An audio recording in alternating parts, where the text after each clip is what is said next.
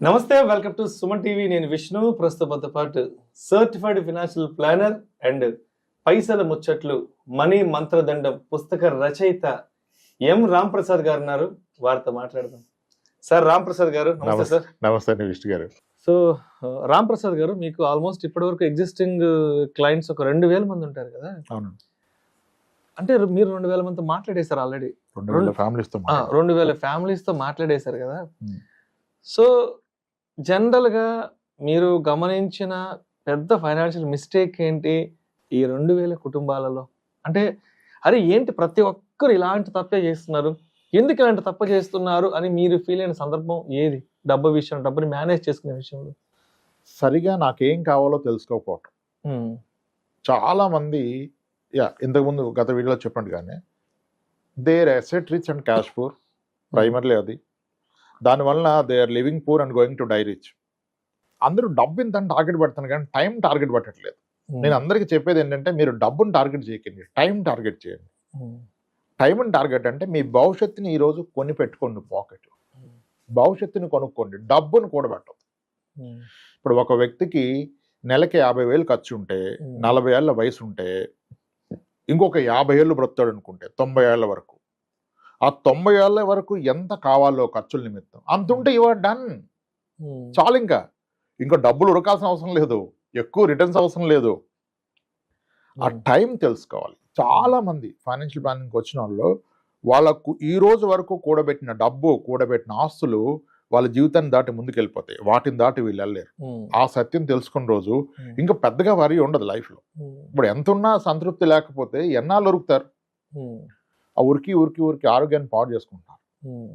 చాలా మందికి ఉన్న అతి కొంత కూడా సరిపోతుంది. అది సరిపోయినప్పుడు సంపాదించుకుందాం, కూడబెడదాం. అసలు మనకు ఎంత అవసరమో తెలుసుకుందాం. ఎందుకు మ్యూచువల్ ఫండ్ ఎస్ఐపి నేను ప్రమోట్ చేస్తానంటే, నాకు ఎక్కడో ఒక స్ట్రాంగ్ ఫీల్. 30,000 ఖర్చున్న వ్యక్తి 30,000 నెలకి ఎస్ఐపి చేస్తే టెక్నికల్లీ అతను ప్రతి నెల ఒక భవిష్యత్ మంత్ కొని పెట్టుకున్నాడు పాకెట్లో అని. అలా ఎన్ని నెలలు ఉంటే అది యువర్ బయింగ్ టైం. ఫ్రీడమ్ అంటే టైం, పైసలు కాదు. ఇప్పుడు నా పర్సనల్ టైం నాకు లేకుండా ఎన్ని కోట్లు ఉంటే ఏముంది? మీరు టైంని కొనుక్కోండి. One should live in his terms. ఎవరో డిక్టేట్ చేసిందని మనది కాదు, మన టర్మ్స్లో నేను ఇలా బ్రతకదలుచుకున్నా, ఇలా బ్రతకగలను అనే అంత డబ్బు ఉంటే యువర్ ది రిచెస్ట్ గాయ్. అమ్మని కాదు, మీరే రిచ్. జీవితకాలం తినడానికి సరిపడా ఉంది, నాకు నచ్చిన పని చేసుకోగలను అన్న అతను అంబానీ కన్నా రిచ్. అంబానీ ఎలా రిచ్ అవుతాడు కదా? ఆట ఆపకపోతే ఎప్పటికి అవ్వదు కదా. అవును కదా, మిలియనేర్ బిలియనేర్ ట్రిలియనేర్ సున్నాలు లెక్క పెట్టుకోవడం సరిపోదు మనకి, ఎందుకు కదా అంటారు. ప్రతి ఒక్కరికి పర్సనల్ ఫైనాన్షియల్ ప్లాన్ వేరు, అతని బాధ్యతలు వేరు, స్థితిగతులు వేరు, ఆధారపడ్డ వాళ్ళు వేరు, అతనుకున్న అవకాశాలు, అతని స్కిల్ కూడా ఇంపార్టెంటే కదా. ఒకరికున్న స్కిల్ ఇంకొకరికి రాదు. ఇతనుకున్న దాంట్లో బెస్ట్ ఏం చేయగలని తెలుసుకోవడమే ప్లానింగ్. మనకున్న రిసోర్సెస్లో అన్నిటికంటే ముందుగా ఇప్పటి వరకు కూడబెట్టిన ఆస్తుల్ని ప్రొటెక్ట్ చేయాలంటే ఇన్సూరెన్స్లు, తర్వాత భవిష్యత్ అవసరాలకు ఎంత కావాలో ఒక లెక్క, దట్ ఈస్ వాట్ ఇన్ఫ్లేషన్. ద్రవ్యోల్బణం, ఇన్ఫ్లేషన్ తలవకుండా ఒక ఇన్సూరెన్స్ ప్లానింగ్ చేయలేరు, ఒక ఇన్వెస్ట్మెంట్ ప్లాన్ చేయలేరు. అది చాలా సింపుల్ వర్డ్ అనుకుంటారు కానీ దట్స్ ది బిగ్గెస్ట్ వర్డ్. దాన్ని ఎగ్జాక్ట్గా తెలుసుకోవాలి. వాళ్ళు తెలుసుకున్న పక్షంలో ఏమీ చేయలేరు. ఇంకా ప్లానింగ్ లేదు. అసలు నాకు ఎంత అవుద్దో రిటైర్మెంట్కి తగిలినప్పుడు ఇంక నేనేం ప్లాన్ చేస్తాను? We are failing to plan, not to achieve. చాలా మంది అదే ప్లాన్ చేయడానికే ఫెయిల్ అవుతున్నారు, అచీవ్ చేసేదానికి ఫెయిల్ అవ్వట్లేదు. అంటే సరైన విషయం తెలుసుకోకుండా నా అండర్స్టాండింగ్ రాకుండా ఇంక నేనేం చేస్తాను? చాలా మంది ఆ స్టేజ్లో ఉన్నారు. అర్థమవుతుంది, మనం చెప్తాం అసెట్స్ ఏంటి, లైబిలిటీస్ ఏంటి, అసలు ఎంత అవసరం, ఆ రోజు నిజంగా అందుబాటులోకి వస్తుంది, అది తెలుసుకోరు. అది చెప్పాము, చాలా నేర్చుకున్నాం. అదే ఇప్పుడు కొంతమందికి ప్రాబ్లమే లేదు, ప్రాబ్లం అనుకుంటున్నారు. అసలు ప్రాబ్లం ఎక్కడ ఉంది అక్కడ కదా? ఎవరికి ఉన్నది వాళ్ళ ప్రాబ్లం అనుకుంటారు. ఇప్పుడు ఇంతమందితో రెగ్యులర్గా డీల్ చేస్తుంటారు, 2000 కుటుంబాలతో మాట్లాడారు. అంటే మీ ఆలోచన విధానంకి వచ్చేప్పటికి, మీ పర్సెప్షను, మీ ఆలోచన దృక్పథంకి వచ్చేటప్పటికి ఒక 4-5 సంవత్సరాలకి ముందు రామ్ ప్రసాద్ గారి ఆలోచన విధానానికి ఇప్పుడు రామ్ ప్రసాద్ గారి ఆలోచన విధానానికి తేడా ఏంటంటే, 4 ఏళ్ల ముందు అసలు రామ్ ప్రసాద్ గారు ఎక్కడున్నారు, ఇప్పుడు ఎక్కడున్నారు ఆలోచనల పరంగా? దాని గురించి ఒక వ్యక్తి సడన్గా వచ్చి నా కారుని గట్టిగా గుద్దాడు అనుకోండి, నేను ఫస్ట్ కార్ దిగి సార్ మీకు ఏమైనా ఇబ్బంది అయిందా, అవలేదా, ఓకే మీకేం తెలియదు కార్కే కదా, తప్పు అయింది అయినా సరే అండి అని చెప్పి వెళ్ళిపోవటమే. కానీ అక్కడ గొడవ పెట్టుకుని సాధించగలిగింది ఏం లేదు కదా. ఇప్పుడు మీకు కూడా ఒకసారి డిస్కషన్ చేశారు, ఫోన్లు ఎత్తట్లేదని ఒక ఆయన బూతులు పెట్టాడు మెసేజ్. మొన్న అసలు నాకు పంపించారు మీరు, దారుణంగా అతను దుర్భాషలాడి ఫోన్ ఎత్తట్లేదు, ఇంత బలుప అసలు అవి చదవడానికి కూడా అవకాశం లేని మాటల్ని అతను తిట్టాడు, బూతులు తిట్టాడు, భయంకరమైన బూతులు. అసలు నేను పెట్టా, బ్రదర్ నాకు టైం లేదు ఈరోజు సాయంత్రం ఫ్రీగా ఉంటా కాల్ చేయని మాడదంటే మళ్ళీ ఆయన ఫోన్ చేయలేదు. అదే చూస్తే కోపం వస్తుంది అనుకుంటారు కానీ అంటే అందరినీ కలిసాక విషయాలు తెలిసే సార్. నాకు ఒక బాధ ఉంటుంది రాంప్రసాద్ గారు, ఈ 4 సంవత్సరాల్లో విష్ణు రాంప్రసాద్ కూర్చొని మాట్లాడుకుంది మంచి విషయాలే. ఏ సినిమా ముచ్చట్లో రాజకీయాల ముచ్చట్లో ఇక్కడ కూర్చొని మాట్లాడలేదు. జనాల జీవితాలని మెరుగుపరిచే విషయాలు, వాళ్ళ ఆర్థిక స్థితిగతుల్ని మెరుగుపరచగల విషయాలే మాట్లాడాం. ఇక్కడ కూర్చొని మాట్లాడిన ప్రతి మాట చాలా విలువైంది, చాలా నిజాయితీగా మాట్లాడాం. ఎక్కడా కూడా వృధా అయిన విషయాలు, అసందర్భ ప్రేలాపనలు, అధిక ప్రసంగ ప్రేలాపనలు ఎప్పుడు మనం మాట్లాడుకోలేదు. ఇక్కడ కూర్చొని మాట్లాడింది ఎస్ ఒక కుటుంబానికి మంచి జరగాలి, సమాజానికి మంచి జరగాలి, అయ్యే మాట్లాడుకున్నాం. మంచి విషయాలు మాత్రమే మనం ఆడుకున్నాం. కానీ వాటికి కూడా జనాలు కొంతమంది రకరకాల మాటలు తిడతారు, బూతు మాటలు పెడుతుంటారు, ఇంకోటి ఏదో అంటారు. అంటే ఏం వస్తుందో మిమ్మల్ని నన్ను కూర్చొని బూతు మాటలు తిడితే నాకు అర్థం కాదు. మనమేమి ఏదో కొత్త సినిమా రిలీజ్కి సంబంధించిన మాటలు, కొత్త సినిమా రివ్యూ మాట్లాడుకోలేదు కదా, ఏదో బయట పాడైపోయిన రాజకీయాల గురించి మాట్లాడుకోలేదు కదా, ఇంకేదో మీ ఇంట్లో జరిగిన ఫంక్షన్ గురించో మా ఇంట్లో జరిగిన ఫంక్షన్ గురించి మాట్లాడుకోలేదు, డబ్బుల గురించి మాట్లాడుకుంటున్నాం, మన జీవితాలను ఎలా మెరుగుపరచుకోవాలో మాట్లాడుకుంటున్నాం కదా. చాలా మంది బ్యాడ్ కామెంట్స్ పెడుతుంటారు కదా. ఎప్పుడైనా ఇంట్లో వాళ్ళు చూసి చెప్పిన సందర్భాలు, ఎందుకండి ఇలాంటి వీడియోలు చేస్తున్నారు, ఎందుకు చెప్పడం, ఎంత మంచి విషయాలు చెప్పినా ఈ జనాలు బురద చల్లుతూనే ఉంటారు అని మీ ఇంట్లో మీరు మాట్లాడుకున్న సందర్భం ఎప్పుడన్నా ఉందా?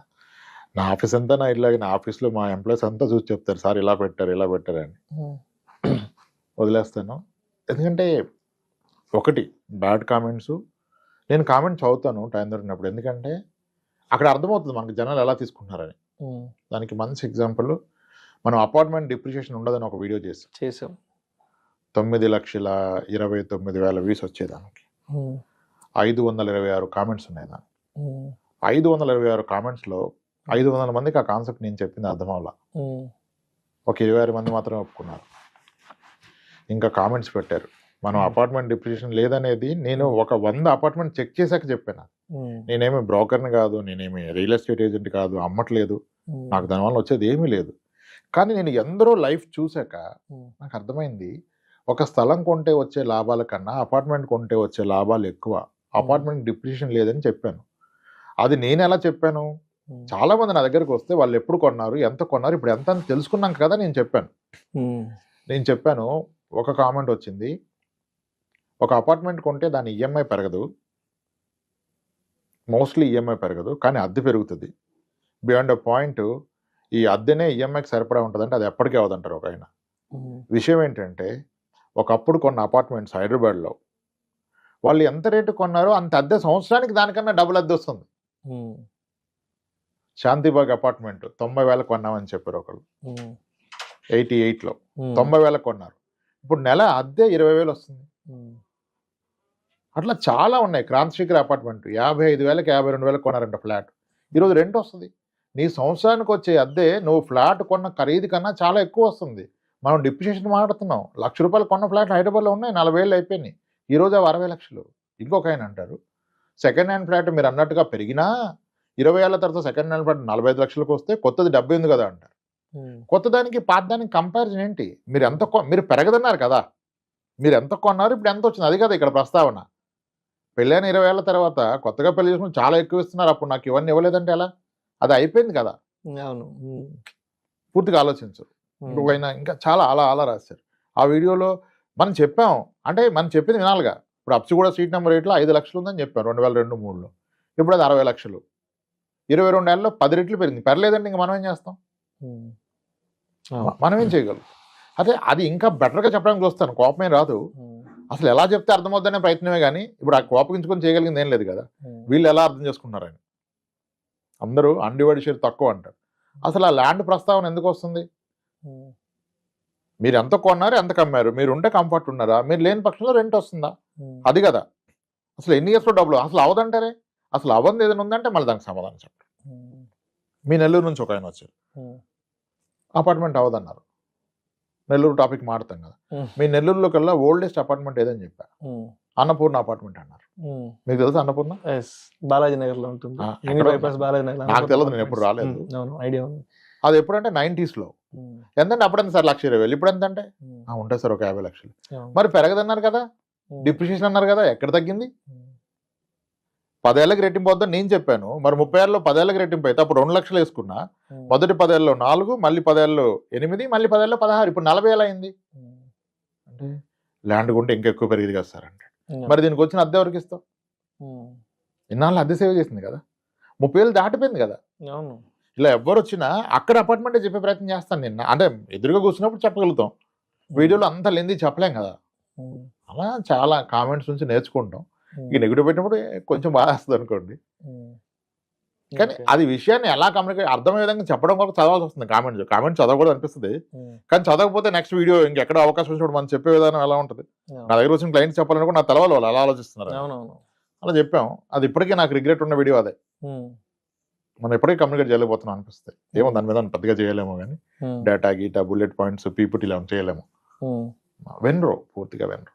కొంతమంది తక్కువ మందికి అర్థమైంది. ఒక 20-22 పీపుల్ మంచిగా చెప్పారు, కరెక్ట్ అండి, 100% కరెక్ట్, రెంట్ కూడా ఫ్యాక్టర్ చేయాలి, మీరు అన్నది కరెక్ట్ అని. అలా ఉన్నాయి. ఒక్కొక్క వీడియో ఒక్కొక్క లెర్నింగ్, ఒక కామెంట్ లెర్నింగ్, అలా నడిచిపోయింది సార్. చేస్తే ఇప్పుడు చాలా మందికి ఫైనాన్షియల్ ప్లానింగ్ చేస్తుంటారు కదా, వాళ్ళ ఫస్ట్ 1 crore రీచ్ అయినప్పుడు, 2 crore రీచ్ అయినప్పుడు, 5 crore రీచ్ అయిన క్లయింట్స్ ఎవరైనా వచ్చి మాట్లాడిన సందర్భాలు కానీ, వాళ్ళ హ్యాపీనెస్ ని మీతో షేర్ చేసుకున్న సందర్భాలు ఏమైనా ఉన్నాయా? 100లో ఉంటాయి. 100లో. ఓకే. ఆస్ట్రేలియా నుంచి మొన్న రాగానే మన దగ్గరికి వచ్చారు ఆయన. ఆ రోజు మార్నింగ్ దిగారు, వాళ్ళ వైఫ్ ఆయన వచ్చారు ప్లానింగ్కే. అట్లా ఎగ్జిస్టింగ్ యూనివర్స్ యూఎస్ నుంచి రాగానే వస్తారు, వెళ్ళేలోపు ఖచ్చితంగా కలవాలంటారు. మార్నింగ్ 10 o'clock వస్తారు, ఈవినింగ్ వస్తారు. చాలా తక్కువ మందితో బయట కూడా వెళ్తాం కుదిరినప్పుడు. చాలా హ్యాపీ అనిపిస్తుంది. వైఫ్ అండ్ హస్బెండ్ కలిపి చెప్తారు చూసారా, చాలా హ్యాపీనెస్ ఇస్తుంది. ఒక ఫ్యామిలీ మనం నమ్మింది, వాళ్ళు మన రెస్పాన్సిబిలిటీ కదా, చాలా హ్యాపీనెస్ ఇస్తుంది. చాలా ఒకటి హ్యాపీనెసే కాదు, డబ్బు ఉంటుంది, కానీ ఆనందం గొప్పగా ఉంటుంది. చెప్తారు, పెళ్ళిళ్ళకి పిలుస్తారు, గృహప్రవేశాలకు పిలుస్తారు, అట్లీస్ట్ ఇన్ఫార్మ్ చేస్తారు.